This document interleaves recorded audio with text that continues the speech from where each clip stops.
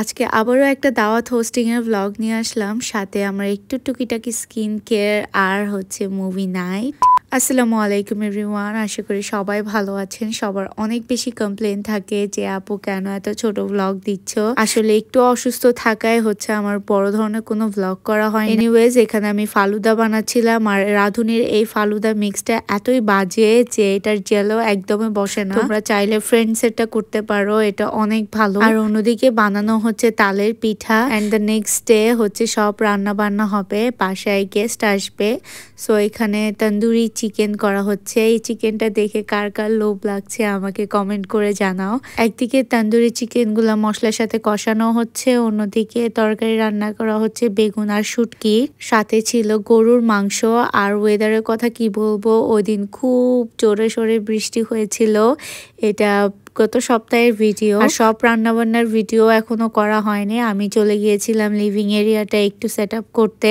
So সবকিছু শেষ করে হচ্ছে আমি শাওয়ার নিতে গেলাম আর একটা সুন্দর জামা পরেছিলাম। আমার কাছে মনে হয় যে মেহমান আসলে নিজে আগে সুন্দর থাকা দরকার, মেহমান কিভাবে আসে এটা ফ্যাক্ট না, নিজে প্রেজেন্টেবল থাকলে সব ইমপ্রেশন ভালো পড়ে। এনিওয়েজ, আমি আমার ফেভারিট টোনার লাগিয়ে দিচ্ছি। প্রতি ব্লগে সেম কথা বলতে পারবো না, বলতে বলতে আমি হাঁপাই গেছি। এই ময়শ্চারাইজার এই টোনারের ব্যাপারে অনেক কথা হয়েছে। সো তোমরা চাইলে ফ্রি ডেলিভারিতে আমার কাছ থেকে এগুলো অর্ডার করতে পারো। তোমাদের জন্য সব সময় আমি ফ্রি ডেলিভারি দিব, বাংলাদেশের যে কোনো প্রান্তে থাকো না কেন।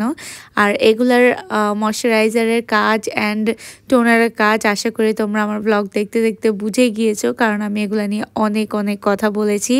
সো আমি এটা মুখে হাতে সব জায়গায় ইউজ করি, এটা খুবই লাইট ওয়েট। তারপর আমি নামাজ পড়ে নিলাম, জোহরের টাইম ছিল তখন। আর এই জায়নামাজটা আমাকে খুবই কাছের মানুষ গিফট করেছে, এখানে আমার নামও লেখা আছে। তারপর আমরা নিচে এসে সব টেবিল সেট আপ করে ফেলেছি। এখানে সব দেশীয় খাবার মেনটেন করা হয়েছে, বাংলা কুইজিনটাই বেশি রাখার ট্রাই করেছি। মেবি তন্দুরিটা ইন্ডিয়ান হয়ে গিয়েছে, বাট নো ওয়ারিজ, কারণ আমাদের যিনি গেস্ট উনি বাইরে থেকে এসেছে।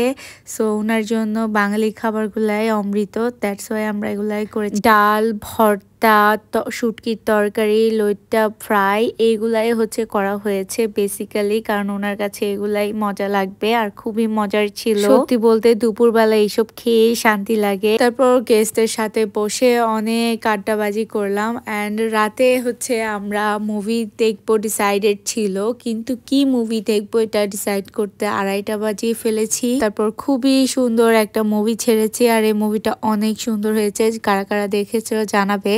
আর মুভির ফাঁকে ফাঁকে একটু স্ন্যাকিংও করলাম, আমরা বার্গার টার্গার খেলাম, পার্টি টাটি করলাম। ইনশাআল্লাহ নেক্সট টাইম থেকে এত বড় বড় ভ্লগ দিব তোমরা বিরক্ত হবা। So yeah, that is it for today guys. আল্লাহ হাফেজ।